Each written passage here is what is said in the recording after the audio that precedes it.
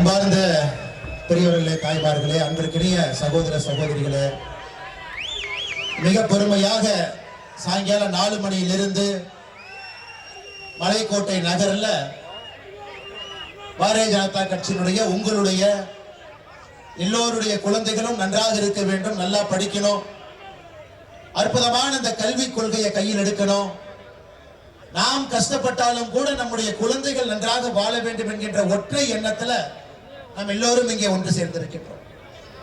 இந்த மண்ணுக்கு ஒரு சக்தி இருக்குதுங்க. ஒரு சாதாரண மண் கிடையாது. எந்த மண்ணில் நீங்க எல்லாம் அமர்ந்திருக்கிறீங்க, நின்று கொண்டிருக்கின்றீர்கள்.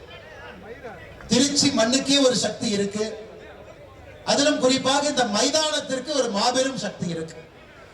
காரணம், இந்த மைதானத்துல செப்டம்பர் 26ஆம் தேதி 2013 சரியாக 12 ஆண்டுகளுக்கு முன்பு அன்றைய மாநில தலைவராக இருந்த அண்ணன் பொன் ராதாகிருஷ்ணன் அவர்கள் இளம் தாமரை மாநாடு என்கின்ற ஒரு மாநாடு ஏற்பாடு செஞ்சிருந்தார். அந்த அதே மண்ணில் நாம் நின்று கொண்டிருக்கின்றோம். பாரத பிரதமர் நரேந்திர மோடி அவர்கள் இன்னைக்கு பாரதிய ஜனதா கட்சியினுடைய பிரதம மந்திரி வேட்பாளர் அறிவிச்ச உடனே 2வது கூட்டமாக திருச்சிக்கு வர்றாங்க, வெற்றி பெறாங்க. ஒரு குஜராத்திலிருந்து பிறந்து ஒரு சாதாரண குடும்பத்திலிருந்து வந்த ஒரு மனிதர் இந்தியாவுடைய பிரதமராக மாறி இன்னைக்கு உலக நாடுகள் முழுவதும், சில நாடுகள் பார்த்து பயப்படுறாங்க, சில நாடுகள் கொண்டாடுறாங்க, சில நாடுகள் கொஞ்சறாங்க. ஒரு தலைவனை பொறுத்தவரை கெட்டவர்கள் பயப்படணும், நல்லவர்கள் பாராட்டணும், குழந்தைகள் எல்லாம் கொஞ்சம். அப்படிப்பட்ட ஒரு அற்புதமான தலைவராக இன்று பாரத பிரதமர் நரேந்திர மோடி அவர்கள் இன்னைக்கு நமக்கு இருக்கிறாங்கன்னா இந்த மண்ணும் ஒரு காரணம். இன்னைக்கு அதே மண்ணுல இன்னொரு முக்கியமான விஷயத்தை பாரதிய ஜனதா கட்சி கையில் எடுத்து நாம் எல்லாம் இங்கே நின்று கொண்டிருக்கின்றோம். நம்முடைய கல்விக் கொள்கை எப்படி இருக்க வேண்டும், என்ன படிக்கணும், எப்படி படிக்கணும், நம்முடைய கல்வி திறன் மேம்பாடு எப்படி இருக்க வேண்டும், அரசு என்ன சொல்றாங்க. இன்னைக்கு தமிழ்நாட்டை பொறுத்த வரைக்கும் ஒரு திமுகவுடைய மேடைக்கு போனீங்கன்னா ஆபாச பேச்சுக்கள், அவங்க பேசுறது எல்லாமே ஒரு ஆபாச பேச்சுக்கள். அதை கை தட்டுறதுக்கு ஒரு 100 பேர். அதை முதலமைச்சர் மு.க. ஸ்டாலின் அவங்க எல்லாம் கை தட்டுறாங்களே, அப்ப நம்ம சரியான பாதையில தான் போறோம் அப்படின்னு ஒரு மாய உலகத்தில் அமர்ந்திருக்கின்றார். நிச்சயமாக 2026 தேர்தலில் 200 சீட்டு ஜெயிச்சிருவோம் அப்படின்னு ஒரு மாய உலகத்தில் இருக்காரு. ஏன்னா அங்க இருக்கக்கூடிய திமுகவினுடைய தொண்டர்கள் அந்த ஆபாச பேச்சுக்கு கை தட்டுறாங்க. 2 நாட்களுக்கு முன்பு ஒரு திமுகவினுடைய அமைச்சர் சொல்றாங்க, வடநாட்டுல பாருங்க பன்னிக்குட்டி குட்டி போடுற மாதிரி எல்லாம் குட்டி போடுறாங்க, அதற்கு கை தட்டுறாங்க. அதற்கு 2 நாளைக்கு முன்னாடி இன்னொரு அமைச்சர் சொன்னாங்க, வடநாட்டுல ஒரே ஒரு பெண் 5 பேருக்கு திருமணம் பண்ணிக்குவாங்க, அதுக்கு 4 பேர் கை தட்டுறாங்க. பீகார்ல உத்தரப்பிரதேசத்தில் இருக்கிறவங்க எல்லாமே தொழிலாளிகளாக மட்டும்தான் இருக்கிறாங்க, அதுக்கு 4 பேர் கை தட்டுறாங்க. ஏன்னா இவர்கள் யாருமே கும்மிடி பூண்டியை தாண்டி பாரதம் எப்படி இருக்குன்னு பார்த்தது கிடையாது. இவர்களுடைய மாய உலகத்துல 1967 இந்த மாய உலகத்துக்குள்ள மாட்டி இருக்கிறாங்க. தமிழ்நாடு பார்டரை தாண்டி பாரதம் முழுவதும் போனாங்கன்னா தெரியும் இந்த நாட்டினுடைய வளர்ச்சி. வட இந்தியாவில் இருக்கக்கூடிய யாருமே எனக்கு தெரிந்து உங்களுக்கு தெரிந்து தமிழ்நாட்டில் இருக்கக்கூடிய நம்முடைய யாரையும் ஒரு பழி சொல்லல, ஒரு வார்த்தை தவிர இதுவரைக்கும் பேசுறீங்க. யோசிச்சு பாருங்க. வட இந்தியாவில் இருக்கக்கூடிய ஏதாச்சும் ஒரு அரசியல்வாதி அல்லது யாராவது ஒரு மனிதர் நம்முடைய தமிழ் சமுதாயத்தை பற்றி, தமிழ் இனத்தை பற்றி ஒரு வார்த்தை தப்பா பேசினாங்க. நான் டிவியில பார்த்தேங்க, இல்ல நான் பேப்பர்ல படிச்சேன், ஒரு வார்த்தை நம்மளை தப்பா பேசிட்டாங்க, நாம எல்லாம் பொங்கி எழணும், வெகுண்டு எழணும், யாருமே பேசல. ஆனா இங்க இருக்கக்கூடிய திராவிட முன்னேற்ற கழகத்தினுடைய தலைவர்கள் மட்டுமே தொடர்ந்து ஒரு மாநிலத்தில் போவங்களை கூட தப்பா பேசுறாங்க. காரணம் என்னன்னாங்க ஐயா, இன்செக்யூரிட்டி, பயம். பயம், வெளியே மக்கள் எப்படி வாழுகின்றார்கள் என்கின்ற பயம். இவங்க குடும்பத்தில் பிறந்தவங்க தொடர்ந்து அவங்களே ஆட்சியில் இருக்கிறனால மக்களுடைய மனநிலை என்னன்னே தெரியாம ஆட்சி அமர்ந்திருக்கிறாங்க. ஒரு கிராமத்துக்கு போய், ஒரு வீதிக்கு போய், ஒரு டீ கடையில டீ சாப்பிட்டு பொதுமக்களோடு பழகினாங்கன்னா மக்கள் என்ன நினைக்கிறாங்கன்னு தெரியும். ஆனா திராவிட முன்னேற்ற கழகத்தை பொறுத்தவரை பேரறிஞர் அண்ணாதுரை ஐயாவுடைய காலத்திற்கு பிறகு ஒரு கூண்டு கிளியாக வீட்டு சிறையில தான் எல்லாருமே உட்கார்ந்து இருக்கிறாங்க தலைவர்கள். அவங்களுக்கு வெளியே வந்து மக்கள் என்ன நினைக்கிறாங்க அப்படிங்கிற என்ன வெளிப்பாடு கூட கிடையாது. இன்னைக்கு திருச்சி மாநகரத்துக்கு வந்து பார்த்தாங்கன்னா இது பாரதிய ஜனதா கட்சியினுடைய மாநில மாநாடு இல்லைங்க ஐயா. இங்க வந்திருக்கக்கூடிய அன்பு சகோதர சகோதரிகள் எல்லோருமே திருச்சி மாநகரத்தை சுற்றி இருக்கக்கூடிய பகுதியில் இருந்து இங்க வந்திருக்கிறீங்க. பாரதிய ஜனதா கட்சி நம்முடைய தேசிய கல்விக் கொள்கை இதற்காக நாம் போடக்கூடிய முதல் கூட்டம் இங்க திருச்சியில் நடக்குது. இன்னும் இது போல 8 கூட்டம் நமக்கு பாக்கி இருக்கு. தமிழ்நாடு முழுவதுமே திருநெல்வேலி, காஞ்சிபுரம், வேலூர், கோயம்புத்தூர், சென்னை, இன்னும் 8 கூட்டம் பாக்கி இருக்குதுங்க ஐயா. இந்த அளவுக்கு உற்சாகத்தோடு ஆரவாரத்தோடு குழந்தைகள், பெண்கள், தாய்மார்கள் எல்லோரும் வந்திருக்கிறீங்க. இளைஞர்கள் பொறுமையாக 4 மணியிலிருந்து அமர்ந்திருக்கிறீங்க. என்னன்னா ஒரே ஒரு என்ன வெளிப்பாடோடு இங்கே அமர்ந்து கொண்டிருக்கின்றீர்கள், நம்முடைய குழந்தைகள் நல்லா படிக்கணும். எந்த கல்வி கொள்கை சிறந்தது? நாம கஷ்டப்படுறோம், நாம கூலி வேலைக்கு போறோம், நாம அன்றாட காட்சிகளா இருக்கிறோம், நாம மாச சம்பளம் வாங்குறோம். அந்த கஷ்டம் நம்முடைய குழந்தைகளுக்கு கிடைக்க கூடாது என்கின்ற ஒற்றை எண்ணத்துல இங்க வந்திருக்கக்கூடிய எல்லா அன்பு சகோதர சகோதரிகளுக்கு என்னுடைய நெஞ்சார்ந்த நன்றிகளை இந்த நேரத்தில் நான் தெரிவித்துக் கொள்கின்றேன். அன்பு சொந்தங்கள், ஏன்னா தமிழ்நாட்டில் கல்வி கொள்கைக்காக மக்கள் வருவாங்க, மக்கள் வந்து கேட்பாங்க. பாரதிய ஜனதா கட்சியினுடைய திட்டம் என்ன, பாரத பிரதமர் நரேந்திர மோடி அவர்கள் என்ன சொல்ல வர்றாங்க, தமிழ்நாட்டில் திராவிட முன்னேற்ற கழகத்தினுடைய ஆட்சியாளர்கள் எந்த விதமான புது புது பொய்களை தினமும் கட்டவிழ்த்து விட்டுக் கொண்டிருக்கின்றார், எல்லோரையும் கேட்க வேண்டும் என்பதற்காக அன்பு சகோதர சகோதரிகள், பெரியவர்கள், தாய்மார்கள் நீங்க எல்லாம் வந்திருக்கிறீங்க. மேடையில நம்முடைய மூத்த தலைவர்கள், நம்மை வழிகாட்டக்கூடியவர்கள் எல்லோரும் மேடையின் மீது இருக்கிறாங்க. பாரதிய ஜனதா கட்சியினுடைய மாநிலத்தினுடைய பார்வையாளராக இருக்கக்கூடிய முன்னாள் எம்எல்சி ஐயா பொங்கலெட்டி சுதாகர் ரெட்டி அவங்க நம்மளோடு இருக்கிறாங்க. நம்முடைய சட்டமன்ற குழு தலைவர் அண்ணன் நயினார் நாகேந்திரன் அவர்கள் நம்மோடு இருக்கின்றார். நம்முடைய முன்னாள் மாநில தலைவர்கள், முன்னாள் அமைச்சர்களாக இருந்து, முன்னாள் ஆளுநர்களாக இருந்து, இன்னைக்கு பாருங்க உங்களோடு இணைந்து ஒரு தொண்டராக இந்த கட்சியினுடைய வளர்ச்சிக்கு பாடுபட்டுக் கொண்டிருக்கக்கூடிய அண்ணன் பொன் ராதாகிருஷ்ணன் அவர்கள், அருமை அக்கா டாக்டர் தமிழிசை சவுந்தரராஜன் அக்கா நம்மளோடு இருக்கிறார். பாருங்க, எந்த கட்சியில உயர் பதவியில் இருந்தவங்க மறுபடியும் அந்த பதவியில் இருந்து வெளியே வந்த பிறகு தொண்டனாக கலந்து இந்த கட்சியினுடைய வளர்ச்சிக்கு பாடுபடக்கூடிய சரித்திரத்தை எந்த கட்சியில பார்க்க முடியுங்க? பாரதிய ஜனதா கட்சியை தவிர்த்து முன்னாள் தேசிய செயலாளராக இருந்து நெஞ்சுரம் மிக்கவர், நேர்மையானவர், தர்ம போராளி என்கின்ற ஒரு வார்த்தையை சொன்னாவே தொண்டர்கள் எப்பொழுதும் கூட அலை அலையாக அவருக்காக ஒரு ஆக்ரோஷ குரல் கொடுக்கக்கூடிய ஒரு தலைவர் அண்ணன் எச் ராஜாஜி அவர்கள் நம்மோடு இருக்கின்றார். பேசிவிட்டு விமானத்தை பிடிக்க வேண்டும் என்பதற்காக சென்றிருக்கக்கூடிய பாரதிய ஜனதா கட்சியினுடைய தேசிய மகளிர் அணியினுடைய தலைவி அக்கா வானதி ஸ்ரீனிவாசன் அவர்கள், மாநிலத்தினுடைய மூத்த தலைவர்கள், நம்முடைய துணை தலைவர்களாக இருக்கக்கூடிய அண்ணன் வி பி துரைசாமி அவர்கள், அண்ணன் ஏஜி சம்பத் அவர்கள், அண்ணன் கே பி ராமலிங்கம் அவர்கள் நம்மோடு இருக்கின்றார். மாநிலத்தினுடைய பொதுச் செயலாளர்கள் அண்ணன் பொன் பாலகணபதி அவர்கள், அண்ணன் ஏ பி முருகானந்தம் அவர்கள் நம்மோடு இருக்கின்றார். முக்கியமாக இந்த கூட்டத்தை நான் நடத்தி காட்டுவேன். நான் மக்களை கொண்டு வந்து முதல் கூட்டம் திருச்சி மண்ணில் தான் இருக்கணும். அதன் பிறகு 8 கூட்டத்தை நீங்க வேற எங்க வேணாலும் போட்டுங்க என்று கங்கணம் கட்டிக்கொண்டு இங்க இருக்கக்கூடிய எல்லா தலைவர்களையும் ஒருங்கிணைத்து கருப்பு என்கின்ற வார்த்தை அதுக்கு ஒரு தனி மரியாதை இருக்கிறது. சனி பகவான் என்றால் கருப்பு. கருப்புனாவே கொஞ்சம் திராவிட முன்னேற்ற கழகத்துக்கு எப்பொழுதுமே பயம் இருக்கு. அதனாலதான் கருப்பை கூட வச்சுக்கணும் அப்படிங்கறதுக்காக எப்பொழுதுமே கருப்பு அந்த சட்டையிலிருந்து கலர்ல இருந்து கூட வச்சிருப்பான். ஏன்னா கருப்புக்கு அவ்வளவு ஒரு சக்தி இருக்கு. இன்னைக்கு இவ்வளவு மக்கள் சக்தியை திரட்டி ஒரு வெற்றிகர ஒரு மாநாடாக நடத்தி காட்டிக் கொண்டிருக்கக்கூடிய மாநிலத்தினுடைய பொதுச் செயலாளர் அண்ணன் கருப்பு முருகானந்தம் அவர்களுக்கு என்னுடைய சிறப்பு வணக்கத்தையும் நன்றிகளையும் இந்த நேரத்தில் தெரிவித்துக் கொள்கிறேன்.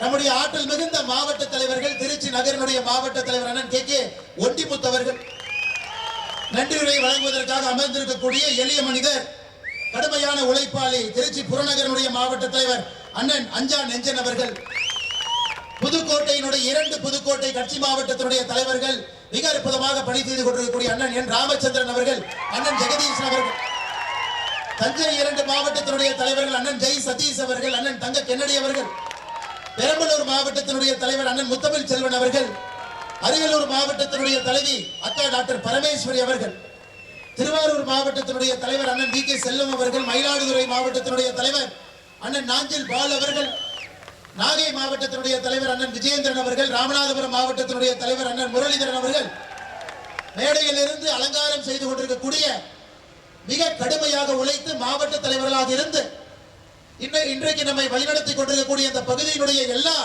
முன்னாள் மாவட்ட தலைவர்கள், மேடையில் இருக்கக்கூடிய எல்லா அன்பு தலைவர்கள், மிக முக்கியமாக இங்கே வந்திருக்கக்கூடிய பாரதிய ஜனதா கட்சியினுடைய அன்பு தொண்டர்கள், அன்பு சகோதர சகோதரிகள், பத்திரிகை நண்பர்கள், காவல்துறை நண்பர்கள் எல்லோருக்கும் என்னுடைய இனிமையான மாலை வணக்கத்தை தெரிவித்துக் கொள்கிறேன்.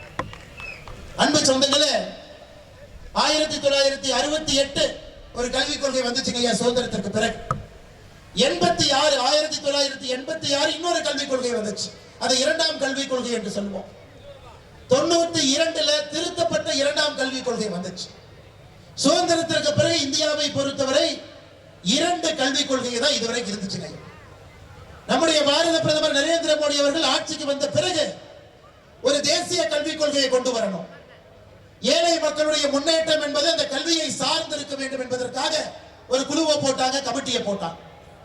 அந்த கமிட்டி 2019 மே 31ஆம் தேதி ISRO அமைப்பினுடைய முன்னாள் தலைவராக இருந்த கஸ்தூர் ரங்கன் அவர்கள் தேசிய கல்விக் கொள்கையினுடைய வரைவு அறிக்கையை கொடுத்தார். அந்த அறிக்கையில மிக முக்கியமான பல விஷயங்களை சொல்லி இருந்தார். அதுல மிக முக்கியமானது எந்த மொழியை நாம் படிக்க வேண்டும் என்று இருந்தது. முதலாக நாம் பார்த்தோம், 1ஆம் கிளாஸ்ல இருந்து 5ஆம் கிளாஸ் வரைக்கும் நம்முடைய தாய்மொழி தமிழ் மொழியில தான் நாம் படிக்க வேண்டும் என்பது நம்முடைய தேசிய கல்விக் கொள்கையில நாம் கொண்டு வந்திருக்கக்கூடிய மிக முக்கியமான விஷயம். தாய்மொழி எப்படிங்க வளரும்? ஒரு குழந்தை வீட்டுல அம்மாட்ட தமிழ்ல பேசுவான், அதே குழந்தை பள்ளிக்கூடத்துக்கு போகும்போது ஆங்கிலத்துல சொல்லி கொடுப்பான். A for ஆப்பிள் பாங்க, அந்த குழந்தைக்கு ஆப்பிள்னா என்னன்னே தெரியாது. B for பால் பாங்க, அது தமிழ்ல வேற வார்த்தையை பயன்படுத்தும். அந்த குழந்தையினுடைய ஃபர்ஸ்ட் 5 வருஷம் 6 வருஷம் வளர்ச்சி பார்த்தீங்கன்னா பள்ளிக்கூடத்திலே ஆங்கில வார்த்தையும் வீட்டிலே தமிழ் வார்த்தையும் சொல்லும் பொழுது அந்த குழந்தையினுடைய வளர்ச்சி முழுமை இருக்காது. அதனாலதான் தாய்மொழி கல்வி கற்கக்கூடிய சைனாவாக இருக்கட்டும், ஜப்பானாக இருக்கட்டும், ஜெர்மனியாக இருக்கட்டும், எல்லாருமே மிக முக்கிய நாடுகளாக மாறி இருந்தார்கள். அதற்காகத்தான் நம்முடைய பாரத பிரதமர் நரேந்திர மோடி அவர்கள் தேசிய கல்விக் கொள்கையில 1ஆம் வகுப்பிலிருந்து 5ஆம் வகுப்பு வரை கட்டாயமாக தாய்மொழி தமிழ் மொழிதான் கற்றல் மொழியாக இருக்க வேண்டும் என்பதை கொண்டு வந்தார். திமுக சொல்ல மாட்டான். இத்தனை ஆண்டு காலம் ஆட்சி செய்தும் கூட அவங்க கட்டாய தமிழ் மொழியை கொண்டு வரல, மோடியை கொண்டு வந்திருக்கிறார். 6ஆம் வகுப்பு 7ஆம் வகுப்பு 8ஆம் வகுப்பு தமிழ் மொழியிலே சொல்லிக் கொடுப்பதற்கான முயற்சி எடுப்போம். தேசிய கல்விக் கொள்கை வரைவறிக்கையில 3வது மொழி கட்டாயமாக ஹிந்தி படிக்க வேண்டும் என்று இருந்தது. எனக்கு கஸ்தூர் ரங்கன் ஐயாவுக்கு தெரியல, இந்தியாவுடைய முதல் 2 கல்விக் கொள்கையும் ஹிந்தி என்பது 3வது மொழி. அதை மோடி அவர்கள் 31 மே 2019 வரைவறிக்கையை வாங்கின மோடி ஐயா முதலாக இந்தியாவுடைய சரித்திரத்துல கட்டாய 3வது மொழி ஹிந்தி இருந்ததை மாத்தி ஏதாவது ஒரு இந்திய மொழியை படிங்கன்னு கொண்டு வந்ததுதான் இந்த மும்மொழி கொள்கை. அன்பு சொந்தங்கள், திராவிட முன்னேற்ற கழகம் 10 ஆண்டு காலம் காங்கிரஸோட ஆட்சியில் இருந்தான். 2005 இருந்து 14 வரை 4 இருந்து ஆட்சி இருந்துச்சு. அப்பொழுதும் 3வது மொழி கட்டாய ஹிந்தி தாங்க இருந்துச்சு. முதலாக 3வது மொழி என்பது உங்களுக்கு பிடித்த ஒரு மொழியை படிங்க. கன்னடம் படிங்க, தெலுங்கு படிங்க, மலையாளம் படிங்க, ஹிந்தி வேணாலும் படி. இதுதான் இந்த மும்மொழி கொள்கை என்று சொல்லுகின்றோம். குறிப்பாக இங்க வந்திருக்கக்கூடிய நம்முடைய தொண்டர்கள் எல்லாம் இதை வீடு வீடா எடுத்து சொல்ல ஆரம்பிச்சிட்டீங்க. ஒரு வீடா சொல்றேன். மார்ச் 5ஆம் தேதி சென்னையில நம்முடைய தலைவர்கள் எல்லாம் இணைந்து மும்மொழி கொள்கைக்கு ஆதரவு, தேசிய கல்விக் கொள்கைக்கு ஆதரவு, தமிழ்நாட்டினுடைய கல்வித்தன்மை மாற வேண்டும் என்பதற்காக கையெழுத்து இயக்கத்தை ஆரம்பிச்சோம். எனக்கு கையெழுத்து இயக்கத்தை ஆரம்பிச்சு 18 நாள் முடிஞ்சிருக்குதுங்க ஐயா. மார்ச் 23 இருக்கும். 26 லட்சம் பேர் கையெழுத்து போட்டிருக்கிறாங்க. 26 லட்சம் பேர். திராவிட முன்னேற்ற கழகம் மாசத்துக்கு ஒரு கையெழுத்து இயக்கத்தை ஆரம்பிப்பாங்க. நீட்டுக்கு எதிராக கையெழுத்து இயக்கத்தை திராவிட முன்னேற்ற கழகம் ஆரம்பிச்சாங்க. அது என்ன ஆச்சு, எத்தனை பேர் கையெழுத்து போட்டாங்க யாருக்கும் தெரியாது. கவர்னருக்கு எதிராக கையெழுத்து இயக்கம் ஆரம்பிச்சாங்க, எத்தனை பேர் கையெழுத்து போட்டாங்க எங்க யாருக்கும் தெரியாது. ஆனால் பாரதிய ஜனதா கட்சி என்று மாறுதட்டி சொல்லுகின்றோம். 18 நாட்கள் கழித்து நம்முடைய புதிய கல்விக் கொள்கைக்கு ஆதரவாக தமிழ்நாட்டில் இருக்கக்கூடிய அன்பு சொந்தங்கள் 26 லட்சம் பேர் கையெழுத்து போட்டிருக்கிறாங்க. இணையதளத்தில் 8,20,336 நேரடியாக மக்கள் போட்ட கையெழுத்து 17,89,694. நேற்று சாயங்காலத்தோடு தமிழகத்தில் மக்களுடைய ஆதரவு 26,10,33 கையெழுத்து நேற்று சாயங்காலத்தோட போட்டிருக்கிறார். தமிழகத்துல ஒரு அரசியல் புரட்சிங்க, அரசியல் புரட்சி. 18 நாட்கள்ல 26 லட்சம் கையெழுத்து. நமக்கு 90 நாள்ல 1 கோடி கையெழுத்து வேண்டும் என்று ஆரம்பித்தோம். மார்ச் 5ஆம் தேதி ஆரம்பிச்ச இந்த கையெழுத்து இயக்கம் மே கடைசி முடியும் பொழுது 1 கோடி கையெழுத்தை தொட்டிருக்க வேண்டும். இன்னைக்கு இதே ஸ்பீட்ல போனா 2 கோடி கையெழுத்தை நோக்கி நாம் சென்றிருப்போம். அன்பு சொந்தங்கள், அதன் கடுமையாக உழைத்த எல்லா பாரதிய ஜனதா கட்சியினுடைய அன்பு தொண்டர்களுக்கும் சகோதர சகோதரிகளுக்கும் இந்த நேரத்தில் நெஞ்சார்ந்த நன்றியை இந்த கட்சியினுடைய நாங்கள் எல்லோரும் இணைந்து உங்களுடைய பாதத்திற்கு அதை காணிக்கையாக்கினோம். 25% தான் முடிச்சிருக்குதுங்க. 75% பாக்கி இருக்கு. இன்னும் நமக்கு 74 லட்சம் கையெழுத்து வேண்டும் கடைசிக்குள்ள குறைந்தபட்சம். அதனால் நிச்சயமாக ஒரு மண்டல மாநாடும் நாம் இதே போல் நடத்தி கொண்டு வரும் பொழுது 8வது மண்டல மாநாடு முடிந்திருக்கும் பொழுது தமிழகத்தில் பாரதிய ஜனதா கட்சி முன்னெடுத்திருக்கக்கூடிய இந்த கையெழுத்து இயக்கம் 1 கோடியை தாண்டி, நம்முடைய இலக்கு 1 கோடி, 1 கோடியை தாண்டி 2 கோடியை நோக்கி சென்றிருப்போம் என்பதில் எனக்கு எந்த விதமான ஐயப்பாடும் இல்லை. அன்பு சொந்தங்களே, நிச்சயமாக நாம் அதை செய்து காட்டும். அது மட்டும் இல்லைங்க, திமுக காரங்களுக்கு எதற்கு இதனுடைய சக்தி தெரியல ஐயா. யாருமே படிச்சு அந்த அதிகாரத்துக்கு வரல. அக்கா தமிழிசை அக்கா சொன்னாங்க, நான் படிச்சேன், எத்தனை சப்ஜெக்ட்ல பாஸ் ஆனேன், இதெல்லாம் பாருங்க.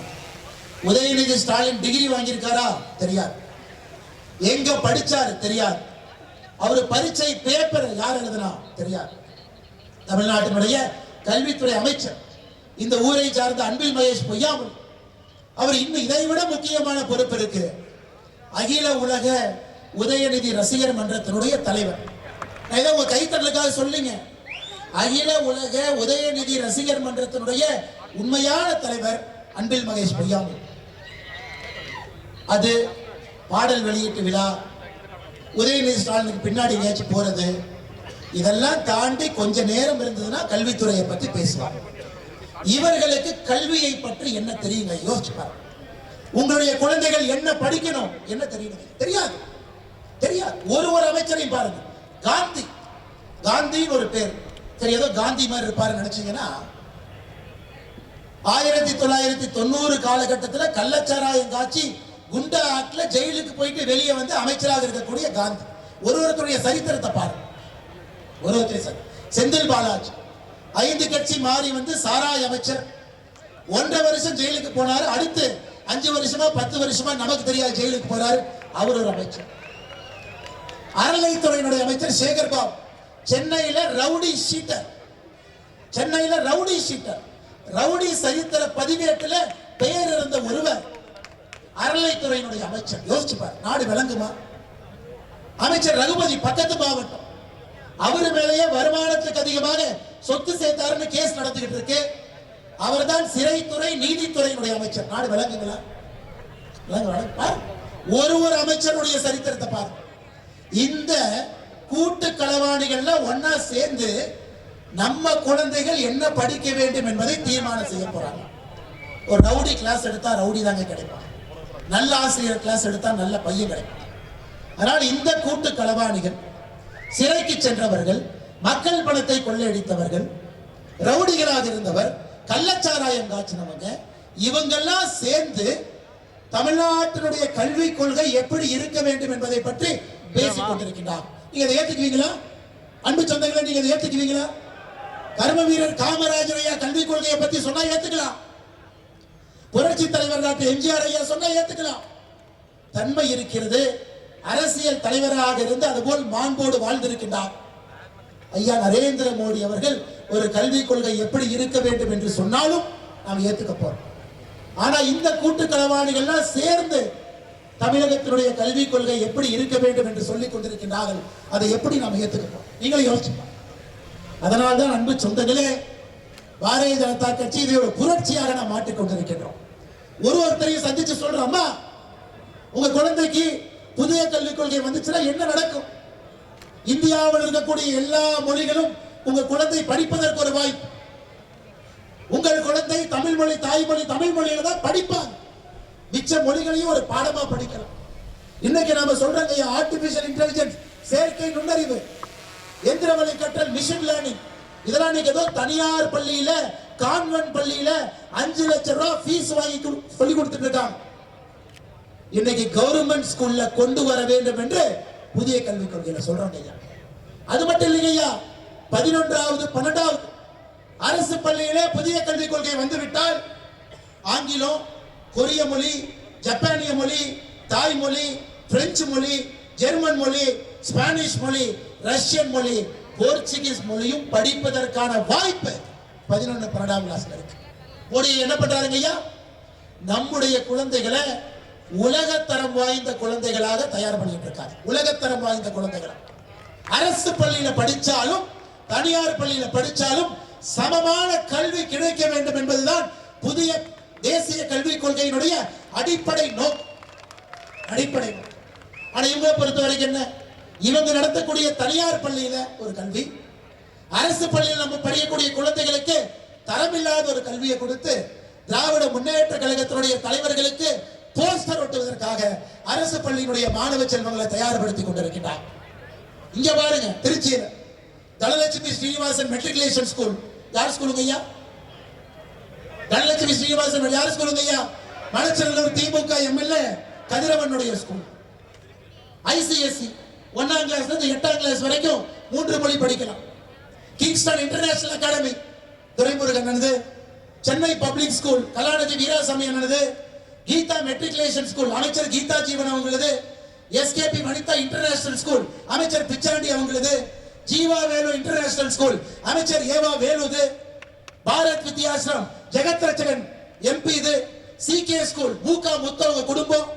நான் என்ன சன்சைன் பள்ளியில சொல்றீங்க, கேட்டு கேட்டு காதை உங்களுக்கு தேஞ்சு போச்சு.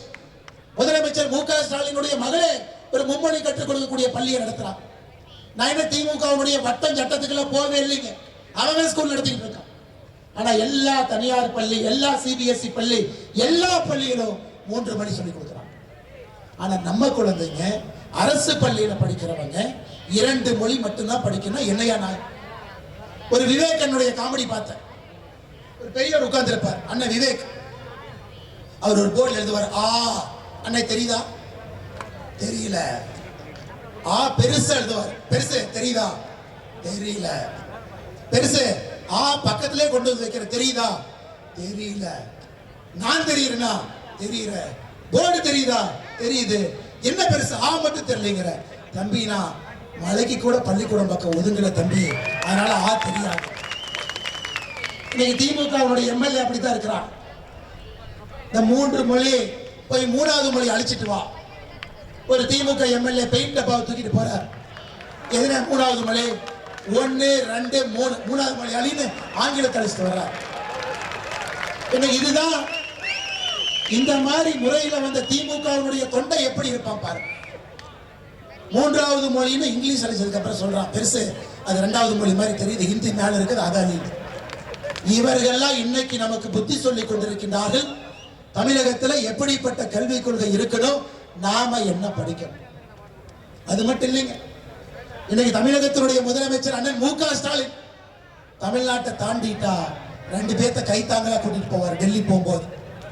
ஏன்னா அவர் பேசுறது அங்க இருக்கவங்களுக்கு புரியாது, அவங்க பேசுறது இவங்களுக்கு புரியாது. பார்லிமெண்ட்ல போய் 39 பேசுறவங்க யாருக்கும் புரியாது, மிச்சம் இருக்கிறவங்க பேசுறது 39க்கு புரியாது. இன்னைக்கு தமிழ்நாடு வளராம இருப்பதற்கான அடிப்படை காரணம் இங்க இருக்கக்கூடிய யாரு பேசுறது யாருக்குமே புரியாது. ஆங்கிலமும் பேச தெரியாது, தமிழும் தற்கும். நீங்க நல்லா யோசிச்சு பாருங்க ஐயா, 10ஆம் கிளாஸ் தமிழ்ல எத்தனை பேர் ஃபெயில் ஆகிறான்? 2022 57,000 பேர். 12ஆம் கிளாஸ் பரீட்சை போன வருஷம் 72,000 பேர் எழுதவே. இன்னைக்கு நம்முடைய குழந்தைகளுக்கு இது போன்ற ஒரு கல்வி திட்டத்தை கொடுத்துட்டு தமிழ்நாடு வளர்ச்சி அடையும், தமிழ்நாடு வளர்ச்சி அடையும் என்று பகல் கனவு கண்டுட்டு இருக்கிறாங்க. அன்பு சொந்தங்கள், இன்னைக்கு இதெல்லாம் மறைக்கிறதுக்கு புதுசா ஒன்று ஆரம்பிச்சிருக்கிறான். இங்க பாருங்க, ஒரு பெரிய போர்டு நம்முடைய பாரதிய ஜனதா கட்சி வச்சிருக்கிறான். தமிழ்நாட்டிற்கு பக்கத்து மாநிலங்கள் செய்யக்கூடிய அநியாயம்.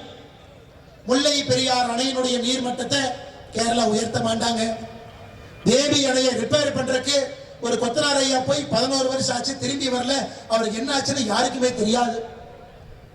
அப்பப்ப ஷட்டர் உடையும், தண்ணி வெளியே வரும், யார் உடைக்கிறாங்கன்னு தெரியாது. இது முல்லை பெரியாறு பேபி அணையினுடைய நிலை. செண்பகவல்லி அணையை சரிப்படுத்தி 30 வருஷம் ஆகுது. தென்காசி போன்ற பகுதிகளுக்கு தண்ணி இல்லை. நாம கேரளாவுக்கு கனிம வளத்தை கொடுப்போம், கடத்திட்டு எடுத்துட்டு போவாங்க. ஆனா கேரளாக்காரன் அங்க இருக்கக்கூடிய குப்பையை கொண்டு வந்து இங்க போட்டுட்டு போவாங்க. கம்யூனிஸ்ட் ஆட்சியாளர். இன்னைக்கு அந்த பிள்ளையாரி விஜயன் அவர்களுக்கு செவப்பு கம்பளம் போட்டு ஐயா வாங்க ஐயா வாங்க ஐயா வாங்கன்னு நேற்று சென்னையில மீட்டிங் நடத்துறாங்க. கர்நாடகாவில் டி.கே. சிவகுமார், கர்நாடகாவுடைய துணை முதலமைச்சர், மேகதாதுல அணை கட்டியே தீர்வன் நிற்கிறார். தமிழ்நாட்டுக்கு வரக்கூடிய காவேரி தண்ணியை இன்னும் கொஞ்சம் குறைப்ப நிற்கிறார். அவரை போய் காலில் மட்டும்தான் திமுக கார உழுவுல அவரை கூட்டிட்டு வர்றாங்க. நேற்று பாரதிய ஜனதா கட்சி தமிழ்நாடு முழுவதுமே நீங்க நம்முடைய தலைவர்கள் எல்லாமே கருப்பு கொடி ஏற்றி போராட்டம் பண்ணி எதுக்கு? தமிழ்நாட்டினுடைய உரிமையை விட்டு கொடுத்துட்டு அரசியல் லாபத்திற்காக இந்த தலைவர்கள் எல்லாம் சென்னை கூப்பிட்டு உப்பு சப்பு இல்லாத காரணத்திற்கு உப்பு இருக்கிற ஒரு பஜ்ஜியை கொடுத்து மீட்டிங் நடத்திட்டு இருக்கிறையா? உங்களுக்கு எல்லாம் வெக்கமா இல்லையா? நேற்று நடந்த மீட்டிங் ஒரு உப்பு சப்பு இல்லாத ஒரு மீட்டிங், உப்பு போட்ட பஜ்ஜியை சாப்பிடுறதுக்காக ஒரு 4 மாநிலத்துடைய முதலமைச்சர்கள் கலந்திருக்கக்கூடிய மீட்டிங். யாரு பேசுறது யாருக்கும் புரியாது. முதலமைச்சர் ஸ்டாலின் பேசுறார், தெலுங்கானாவுடைய முதலமைச்சர் ரேவந்த் ரெட்டி அவருடைய செக்ரட்டரி சொல்றாங்க, அண்ணே காதுக்கு இயர்போன் போட்டுங்க, மொழிபெயர்க்கிறாங்க. தம்பி அவர் என்ன பேசினாலும் புரியாது, இயர்போன் போட்டா மட்டுமா புரியும்? ஒரு பெங்காலுக்கு போய் தங்கிலீஷ் எல்லாம் பேசினவர் நம்முடைய முதலமைச்சர். அவர் போடுங்க அந்த காட்சியை பாருங்க. தெலுங்கானால அந்த முதலமைச்சர் எதுக்கு மீட்டிங்கு போனீங்க, அவர் தமிழ்ல பேசுறாரு, உங்களுக்கு தமிழ் தெரியாது, நீ உட்கார்ந்து கேட்டீங்க, காதுக்கு அந்த மொழிபெயர்ப்பு கூட போடல. டி.கே. சிவகுமார் வெக்கமே இல்லாம பிரஸ் மீட்ல சொல்றாரு, மேகதாத்து அணை கட்டுனா தமிழ்நாட்டுக்கு நல்லதாமா. புழுக கேட்டிருக்கிறோம், அண்ட புழுக கேட்டிருக்கிறோம், ஆகாச புழுவை நேத்தா நான் பார்த்தேன். கர்நாடகாவில் மேகதாத்துல அணை கட்டுனா தமிழ்நாட்டு விவசாயிகளுக்கு நல்லது. இதனால் ரொம்ப போச்சு. அதை சன் டிவிக்காரன் காடு போடுறான். அண்ணன் டி.கே. சிவகுமாரே சொல்லிட்டாரு, காவிரி பகுதியில் மேகதாத்து அணை கட்டினா ரொம்ப நல்லதாமா. பாரு, வெக்க கேடுங்க, வெக்க கேடு. எப்படியெல்லாம் ஒரு நரேட்டிவ் செட் பண்றாங்க. தமிழிசை அக்காவும் பொன்னார் ஐயாவும் ராஜான்னு பேசும்போது சொன்னாங்க, ஸ்டாலின் ஐயா மீட்டிங்ல பேசுறாரு, எழுதி வச்சதை படிக்கிறாரு, உதயநிதி என்ன சைடில் உட்கார்ந்து இருக்காரு, கனிமொழி அக்கா குறுக்கு மறுக்கு இங்கேயும் ஓடுறாங்க. ஏன் ஓடுறாங்கன்னு யாருக்குமே தெரியாது. அது திமுக விழாவா, அது குடும்ப விழாவா, நேற்று தமிழக அரசு நடத்திய விழாவா, அது காசு யார் செலவு பண்ணாங்க? அத்தனை பேருக்கு பஜ்ஜி போட்ட செலவு யாரு? திராவிட முன்னேற்ற கழகத்தினுடைய செலவா, தமிழக அரசனுடைய செலவு? யோசிச்சு பாரு. தொகுதி மறுசீரமைப்பு பத்தி நாம பேசணுமா? யாரும் பேசணும். நாம பேசும் பொழுது பாராளுமன்றத்தில் நம்முடைய பிரதமர் அவர்கள் பேசுவார்கள், உள்துறை அமைச்சர்கள் பேசுவார்கள். என்ன தொகுதி மறுசீரமைப்பு? அது அமித்ஷா அவர்கள் கோயம்புத்தூர்ல பேசிட்டாங்க, பாரத பிரதமர் நரேந்திர மோடி ஐயா ஆந்திரால பேசிட்டாங்க. தொகுதி மறுசீரமைப்பு நடக்கும் பொழுது மக்கள் தொகை அடிப்படையில் நடக்காது என்பதை தெல்ல தெளிவா சொல்லிட்டாங்க. விகிதாச்சார அடிப்படையில் தான் நடக்கும், அதையும் சொல்லிட்டாங்க. அப்ப திமுக கணக்கு தெரியாது, விகிதாச்சார அடிப்படையில் என்னன்னு சொல்லுங்க. தெரியுமா? உனக்கு தான் கணக்கு தெரியாது, நல்லா சொல்றோம் கேட்டுக்க. 543 எம்பி, தமிழ்நாட்டுல 39 எம்பி. அப்ப எவ்வளவுங்க ஐயா? 543ல நம்ம பங்கு 7.17% நம்ம எம்பி. உத்தரப்பிரதேசம் 80 எம்பி 543ல, அவங்க பங்கு 14.74% உத்தரப்பிரதேஷ், 14% யூபி, 7.17% நாம மொத்த எம்பி. நாளைக்கு 543 எவ்வளவு பெருசானாலும் அதுல 7.17 தமிழ்நாட்டுக்கு, அதுல 14.7 யூபி. முடிஞ்சு போச்சு, கதை முடிஞ்சு போச்சு. இல்ல பெட்டி கட்டி கிளம்புங்கன்னு சொன்னாலும் திமுக கரை கூட்டம் போறோம். யாருக்கும் ஒரு சீட்டு குறையாது, யாருக்கும் ஒரு சீட்டு ஏறாது. விகிதாச்சார அடிப்படையில் இன்னைக்கு என்ன இருக்கோ நாளைக்கு அதான் சொன்ன பிறகு, அப்ப தென் மாநிலங்களுக்கு மட்டும் விகிதாச்சாரம், வட மாநிலத்துக்கு மக்கள் தொகையா? முட்டா பையில அப்படி எப்படி பண்ண முடியும்? மக்கள் தொகை வச்சா முழுசா மக்கள் தொகை வைப்பாங்க, விகிதாச்சாரம் வச்சா முழுசா விகிதாச்சாரம் வைப்பாங்க. இப்படிப்பட்ட முட்டாள்களாக திராவிட முன்னேற்ற கழகத்தினுடைய தலைவர்கள் இருக்கிறாங்க. அதுக்கு ஒரு கூட்டம் போடுறாங்க, அதுக்கு 4 முதலமைச்சர் வர்றாங்கன்னா அந்த முதலமைச்சர் வேலையே இல்லாம ஊர்ல வெட்டி என்ன பண்ணிட்டு இருப்பாங்க யோசிச்சு பாருங்க. ஒரு வேலை இருக்கிற முதலமைச்சர் வருவாங்களா? பாராளுமன்றத்தில் சொல்லல, தொகுதி மறுசீரமைப்பு பத்தி பேசல, அதை பத்தி யாருமே கேள்வி கேட்கல. இங்க வேலை இல்லாத ஒரு முதலமைச்சர் ஐயா மு.க. ஸ்டாலின் கூட்டம் போடுறாருன்னு 3 பேர் வேலை இல்லாம பிளைட்டை பிடிச்சு வர்றாங்க. கொடுமை, கொடுமை. இதையெல்லாம் பார்க்க வேண்டிய ஒரு துர்பாகியம் தமிழக மக்களுக்கு இருக்கு. அன்பு சொந்தங்களே, இது எல்லாம் உடைத்து தகர்த்தெறிய வேண்டிய நேரம். அடுத்த பட்ஜெட்டுங்க ஐயா, கோர்ட்ல இருந்து ஆர்டர் போட்டுக்கிறாங்க 8:30 மணிக்குள்ள பேசி முடிச்சிடணும். ஏன்னா இந்த மாதிரி சமீபத்தில் ஒரு ஜோக்கு பார்த்தேன்.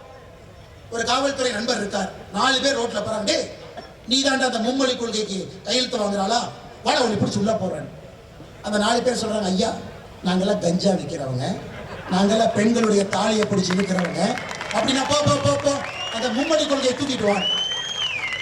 அது மாதிரி மும்மொழி கொள்கைக்கு ஆதரவாக இன்னைக்கு ஒரு பொதுக்கூட்டம் போட்ட அனுமதி இல்லை. கோர்ட்டுக்கு போய் எங்க இருக்கக்கூடிய தலைவர்கள் கோர்ட்டினுடைய அனுமதி வாங்கி கோர்ட் சொல்லியிருக்கிறாங்க 8:30 மணிக்குள்ள முடிச்சு. அதனால நாமளும் வேகமா முடிக்கணுங்க ஐயா, நீங்களும் ரொம்ப தூரம் போகணும். அருமை சொந்தங்களே, தமிழ்நாட்டில் சமீபத்தில் நிதிநிலை அறிக்கை தாக்கல் பண்ணியிருக்கிறார். நிதிநிலை ஒரு வெத்து பேப்பரை தாக்கல் பண்ணிட்டு இவர் அவரை புகழ்றாரு, அவர் இவரை புகழ்றாரு. எதுக்கு மேஜையை தட்டுறாங்கன்னு எனக்கும் தெரியல. காலையில திமுக எம்எல்ஏ எல்லாம் வீட்டுல எக்ஸசைஸ் பண்ணாம இருக்கு, சட்டமன்றத்தில் போய் மேஜையை தட்டிட்டு இருக்கான். என்னையா கிழிச்சிங்க மேஜையை தட்டுறீங்க?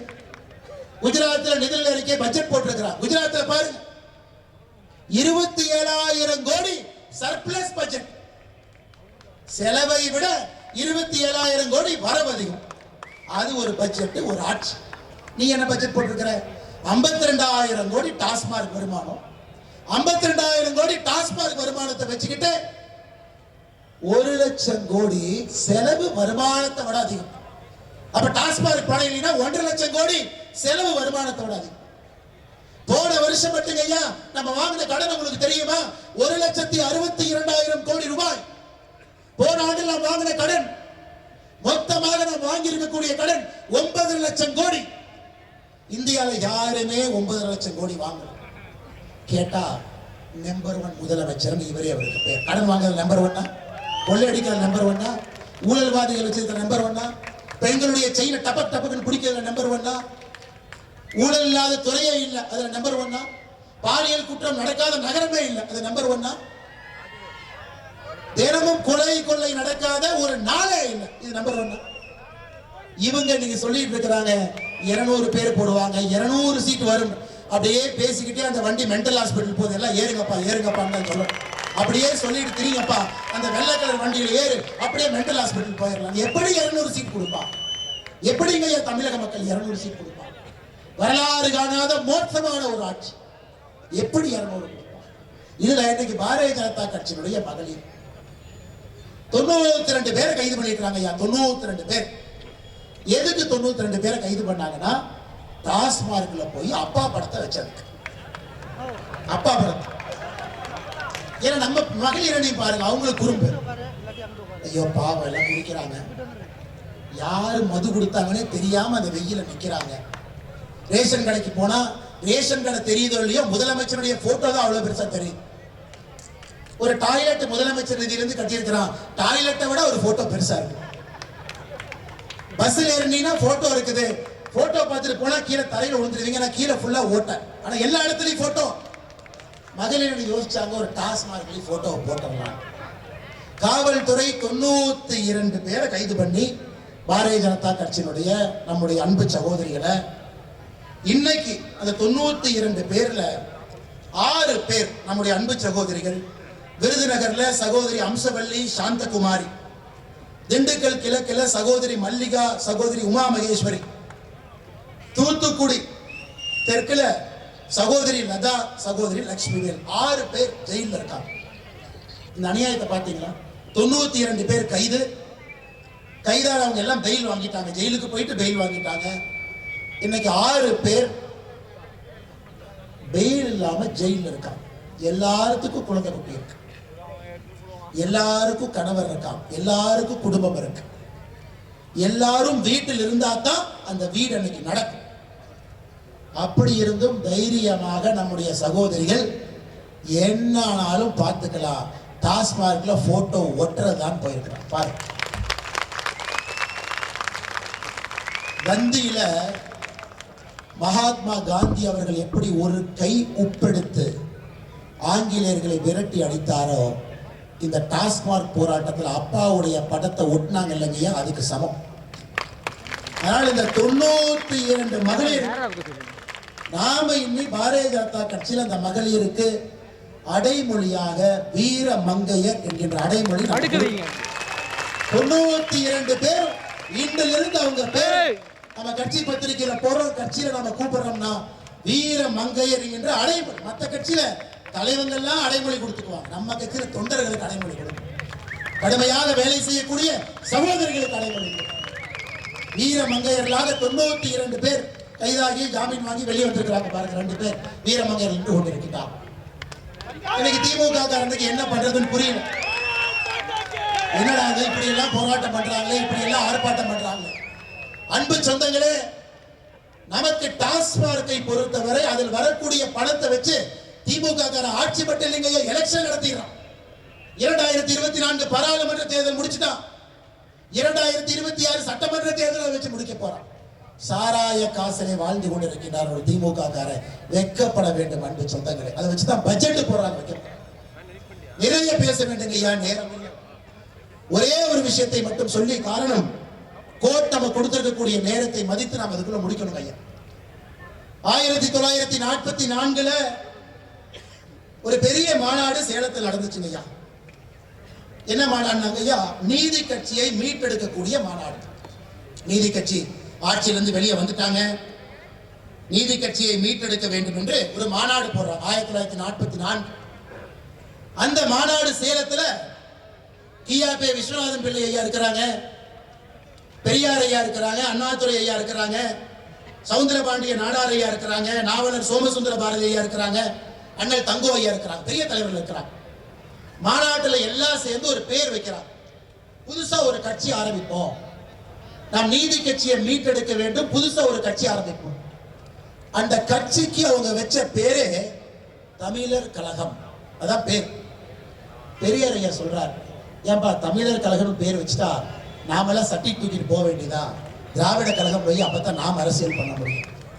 1944 சேலத்துல மீட்டிங் போட்டு கியாபே விஸ்வநாதன் ஐயா உறுதியா சொல்றாங்க, இது தமிழர் கழகம் என்கின்ற பெயர் வைக்கணும். சவுந்தரபாண்டிய நாடார் ஐயா சொல்றாங்க, தமிழர் கழகம் என்கின்ற பெயர் வைக்கணும். நாவலர் சோமசுந்தர பாரதி ஐயா சொல்றாங்க, தமிழர் கழகம் என்கின்ற பெயர் வைக்கணும். அண்ணல் தங்கோ ஐயா சொல்றாங்க, தமிழர் கழகம் என்கின்ற பெயர் வைக்கணும். 2 பேர் மட்டும்தான் அந்த கூட்டத்தில் பேசுறாங்க. தமிழர் கழகம் என்கின்ற பெயர் வேண்டாம், திராவிடர் கழகம் என்கின்ற பெயர் வைப்போம். ஒன்று பெரியார் அவர்கள், இன்னொருத்தர் பேரறிஞர் அண்ணா அவர்கள். இதெல்லாம் சரித்திரங்க, அதெல்லாம் சரித்திரம். அதனால இவர்களுக்கு வேண்டும் என்றால் திராவிடம் வாங்க, இவங்களுக்கு வேண்டாம் என்றால் தமிழ் என்பார். திமுக இருக்கக்கூடிய ஒரு தலைவனுக்கு சொல்லிக்கொள்ள விரும்புறேன், நீ ரோட்ல அந்த பக்கம் நில்லு, இந்த பக்கம் நில்லு, சென்ட்ரல் எல்லாம் லாக் அடிச்சு செத்தே போயிருக்க. சிஎம் எல்லாம் கூப்பிடுறப்ப திராவிட இனம், ஆனா மொழி சொல்லிக் கொடுக்கும் பொழுது தமிழர் இனம். இந்த டிராமாவை நாம் பார்த்துக்கிட்டே இருக்கோம். அன்பு சொந்தங்களே, இதையெல்லாம் வருகின்ற காலத்தில் நிறைய பேசுவோம் ஐயா. அதற்கு உங்களுடைய கடுமையான உழைப்பு தேவைப்படுகிறது. இன்னும் 74 லட்சம் கையெழுத்து குறைந்தபட்சம் தேவைப்படுது. 74 லட்சம் கையெழுத்து. கடுமையாக எல்லா சொந்தங்களையும் பார்த்து இந்த கையெழுத்து இயக்கத்தை மாபெரும் ஒரு வெற்றி இயக்கமாக நீங்கள் மாற்றி காட்டி, தமிழகத்தில் தேசிய கல்விக் கொள்கை நம்முடைய பொன்னார் ஐயா சொன்னாங்க, பாராளுமன்றத்தில் உள்துறை அமைச்சர் ஐயா சொன்னாங்க, தேசிய ஜனநாயக கூட்டணியுடைய ஆட்சி வரும் பொழுது சமக்கல்வி, அரசு பள்ளியில தனியார் பள்ளியில சம கல்விதான் வரத்தாங்க ஐயா. போதும், நாம ஆட்சிக்கு வந்ததுக்கு அப்புறம் தனியார் பள்ளிக்கு நம்ம அனுமதியே கொடுக்க போறது இல்லை. எதுக்கு தனியார் பள்ளிக்கு அனுமதி? 5 லட்சம் 10 லட்சம் காசு வாங்க. அரசு பள்ளியை மேம்படுத்தி ஒரு பள்ளியும் PM ஸ்ரீ பள்ளியாக மாற்றி, எப்படி அக்கா தமிழிசை சவுந்தரராஜன் அவர்கள் புதுச்சேரி ஆளுநராக இருந்த பொழுது ஒரே ஒரு கையெழுத்தை போட்டு எல்லா அரசு பள்ளியும் புதுச்சேரியில ஒரே நாளில் CBSE பள்ளியாக மாற்றி காட்டினார். ஒரே கையெழுத்து, ஒரே இரவு. அடுத்த நாள் காலையில புதுச்சேரியினுடைய அரசு பள்ளி எல்லாம் CBSE பள்ளி. அந்த தரத்தை கொடுக்கிறோம், நாமும் அதை செய்வோம். இந்த அற்புதமான பொதுக்கூட்டத்திற்கு வந்திருக்கக்கூடிய எல்லா அன்பு சொந்தங்களுக்கும் பொறுமையாக 4 மணியிலிருந்து அமர்ந்து எல்லா தலைவர்கள் பேசுவதையும் கேட்டு அமைதியாக நீங்கள் இல்லம் திரும்பணும், பாதுகாப்பா இல்லம் திரும்பணும், கடினமாக உழைக்கணும். தேசிய கல்விக் கொள்கையை பட்டி தொட்டி எல்லாம் நீங்க எடுத்துட்டு போகணும். இன்னும் 74 லட்சம் குறைந்தபட்ச கையெழுத்தை நீங்க வாங்கணும், கடுமையாக உழைக்க வேண்டும் என்று சொல்லி அந்த 92 வீர மங்கையர்களுக்கும் இந்த நேரத்தில் சிரம் தாழ்ந்து வழங்கி என்னுடைய வாழ்த்துக்களையும் நன்றிகளையும் இந்த நேரத்தில் தெரிவித்துக் கொள்கின்றேன். நன்றி, வணக்கம். பாரத் மாதா கி, பாரத் மாதா கி, பாரதியின் புகழ்.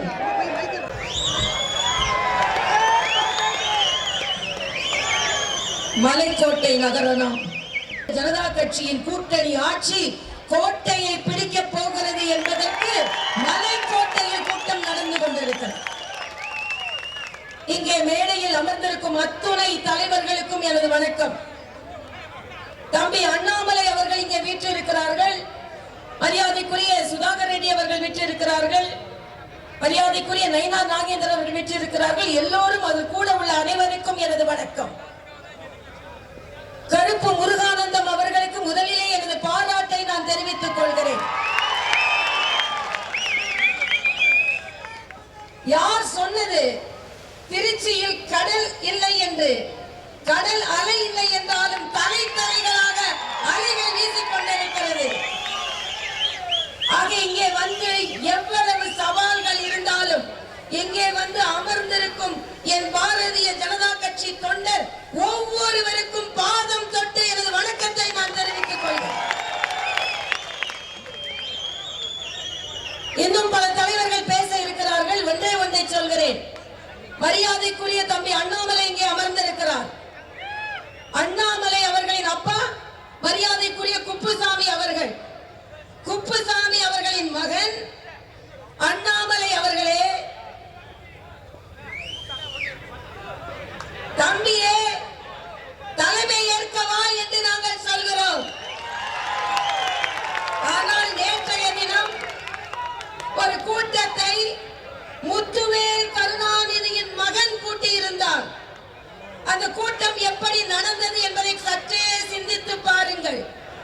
நடத்தியது முத்துவேல் கருணாநிதியின் மகன். அதில் தொகுதி வரையறையை பற்றி பேசியது முத்துவேல் கருணாநிதியின் பேரன். அங்கே தீர்மானங்களை நிறைவேற்றியது முத்துவேல் கருணாநிதியின் மகள்.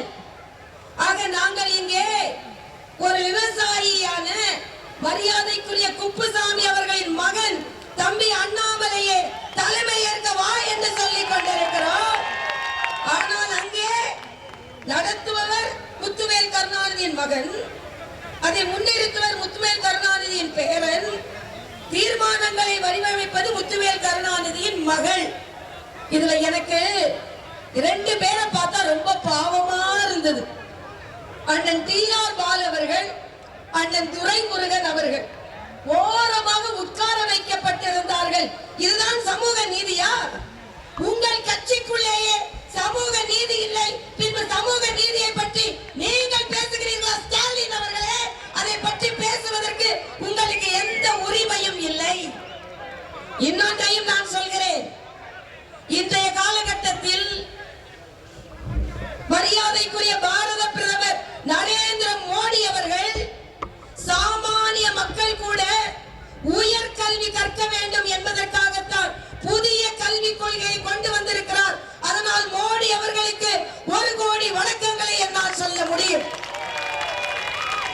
ஆனால் திமுக எப்படி இருக்கு? ஹிந்தி தெரியாது போடா. சரி, ஹிந்தி தெரியாது போடா. அகநானூறு தெரியுமா? தெரியாது. புறநானூறு தெரியுமா? தெரியாது. 200 தெரியுமா? தெரியும். ஏனென்றால் நாங்கள் 200 ஊபிஸ், அதனால 200 எங்களுக்கு தெரியும். ஆக ஹிந்தி தெரியாது போடாமீங்க. ஆனா அகநானூறு தெரியாது, புறநானூறு தெரியாது, ஆனா 200 தெரியும். ஆனால் உங்களிடம் ஒன்றை சொல்லிக் கொள்கிறேன். ஸ்டாலின் அவர்களே, சாமானிய வீட்டு குழந்தைகள் படிக்க கூடாது, ஆனால் செல்வந்தர்கள் வீட்டு குழந்தைகள் படிக்க வேண்டும் என்று சொன்னால் உங்களுக்கு தமிழக மக்கள் மன்னிப்பே கொடுக்க மாட்டார்கள். நீங்கள் நிச்சயமாக வீட்டிற்கு சென்றே ஆக வேண்டும் என்பதை இந்த மலைக்கோட்டையில் நாங்கள் உறுதிமொழி ஏற்கிறோம். இன்றைய காலகட்டத்தில் எதற்காக நாம் இங்கே கூடியிருக்கிறோம்? பொய் பிரச்சாரம் செய்து கொண்டே சொல்கிறார்கள். இல்லை, நாங்கள் திணிக்க போவதில்லை, இந்திய மொழியை படியுங்கள் என்று சொல்கிறோம். ஆனால் நீங்கள் இப்படி சொல்லிக் கொண்டே இருக்கிறீர்கள். தமிழையாவது ஒழுங்கா படிக்கிறீர்களா? நான் ஏற்கனவே சொன்னதை போல அண்ணன் துரைமுருகன் அவர்களும் அண்ணன் டி.ஆர். பாலுவும் ஒரு ஓரத்தில் உட்கார்ந்து இருக்காங்க. திராவிட முன்னேற்ற கழக தொண்டர்கள் உங்களிடம் ஒன்றை கேட்டுக் கொள்கிறேன்.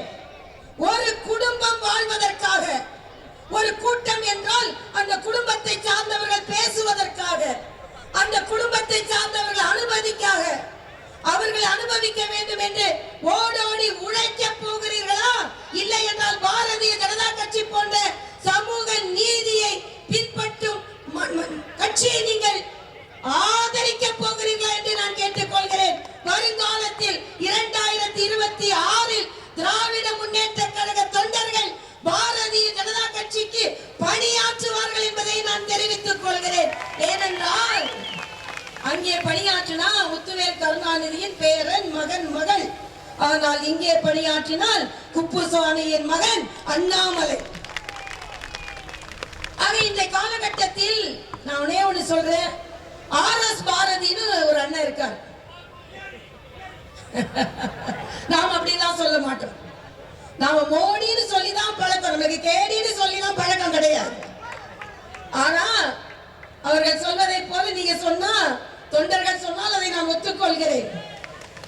சொல்றாரு என்னை பார்த்து, அது இது என்னன்னு கேட்டா ஒரு ட்விட்டர்ல எழுதுறாரு, என்னோட அவருக்கு 15 வயசு பெரியவராம், அதனால அது இதுன்னு எழுதுவாராம். நான் இன்று மருத்துவராக உங்கள் முன்னால் நின்று கொண்டிருக்கிறேன். தொண்டர்களை உங்களிடம் சொல்கிறேன், இனி பக்கத்தில் உள்ள தஞ்சை மருத்துவக் கல்லூரியில் தான் நான் படித்தேன். இன்று கூட புன்னைநல்லூர் மாரியம்மனை பார்த்து எழுதிவிட்டு நான் வந்தேன். சென்னையில் பிறந்த எனக்கு அன்பை சொல்லிக் கொடுத்தது இந்த தஞ்சை மண். சாமானிய மக்களின் வாழ்வை சொல்லிக் கொடுத்தது இந்த தஞ்சை திருச்சி மண்.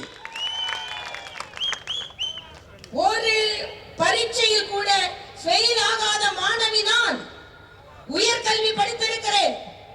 இருவரை இந்தியாவில் ஒரு சிலரே படித்திருக்கின்ற ட்ரீட்மென்ட் தெரபி என்ற படிப்பை படித்திருக்கிறேன். ஆனால் என்னை பார்த்து சொல்கிறீர்கள் என் தந்தையின் கோட்டாவில் நான் படித்தேன் என்று. நான் கேட்கிறேன், உதயநிதியை துணை முதலமைச்சராக வைத்திருக்கிறீர்கள், யாருடைய கோட்டாவில் வைத்திருக்கிறீர்கள்?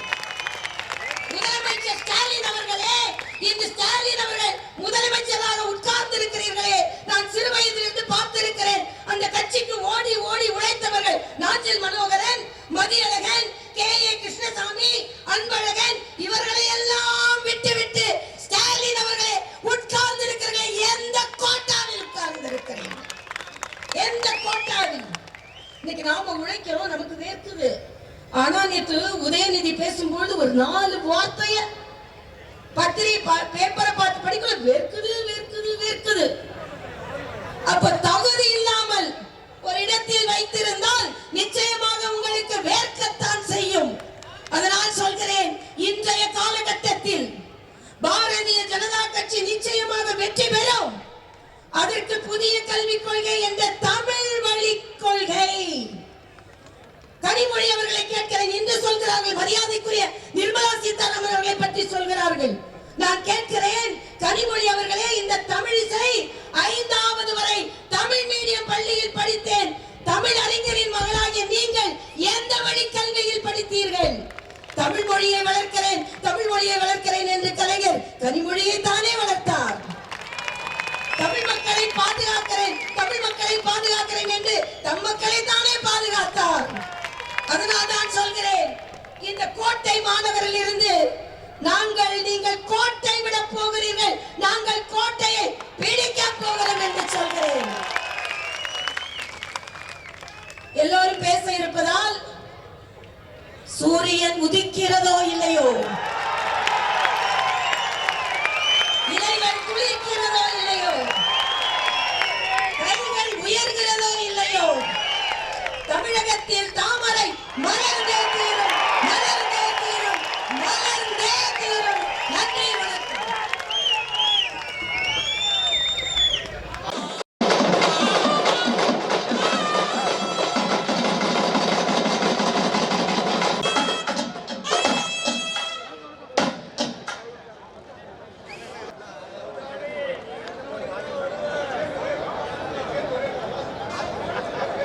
நிற்கக்கூடாது,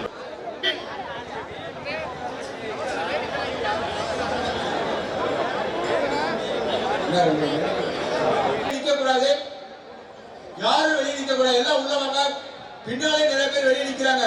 கூட்டத்துக்கு முன்னால எல்லாம்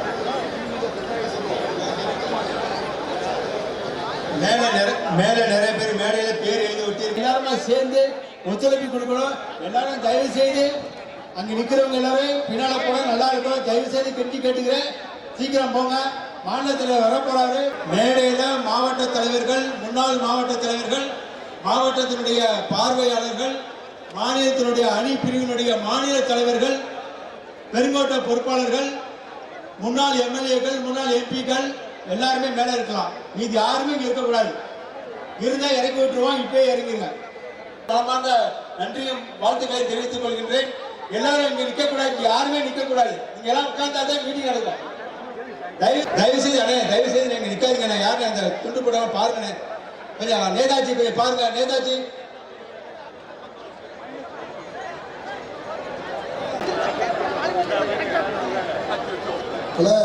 இந்த வலதுபுறத்தில் இருக்கவங்க தயவு செய்து இருக்கீங்க.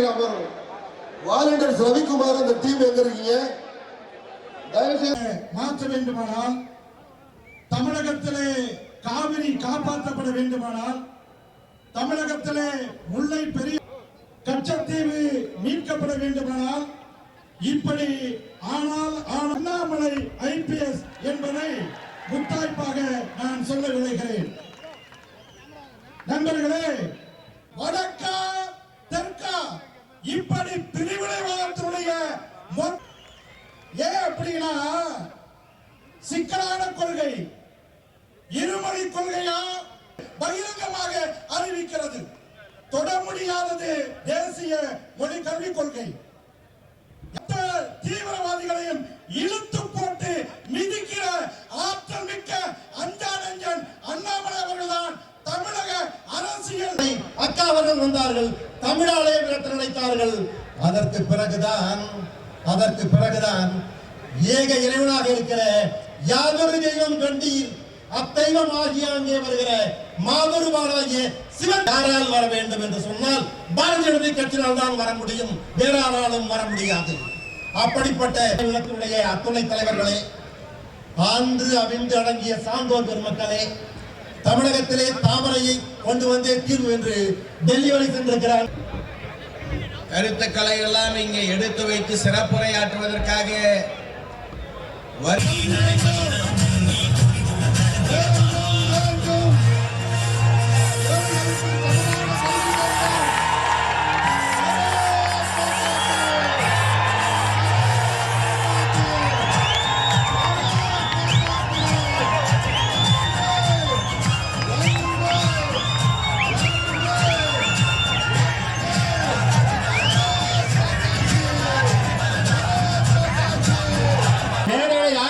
கீழே இறங்கிருங்க.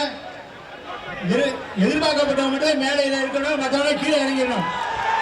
மேடையில் யாரும் எதிர்பார்க்கப்பட்டவங்க யாரும் இருக்கக்கூடாது.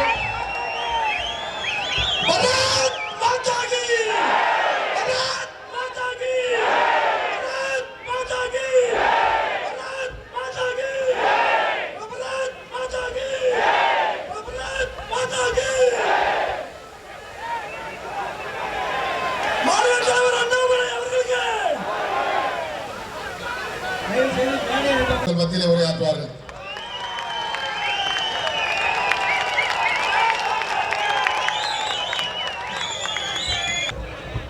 அடுத்ததாக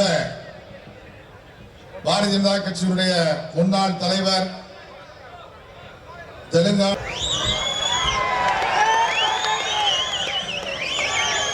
மலைக்கோட்டை நகரம் அண்ணாமலை அவர்களுக்கு மலர் மாலையை மாணிக்க மாலையாக சூட்டுகிறார்கள். நன்றி. புறநகர் மாவட்ட தலைவர் அஞ்சானஞ்சன் அவர்கள். நம்முடைய சட்டமன்ற கட்சி தலைவரான நயினார் நாகேந்திரன் அவர்களுக்கு திருச்சி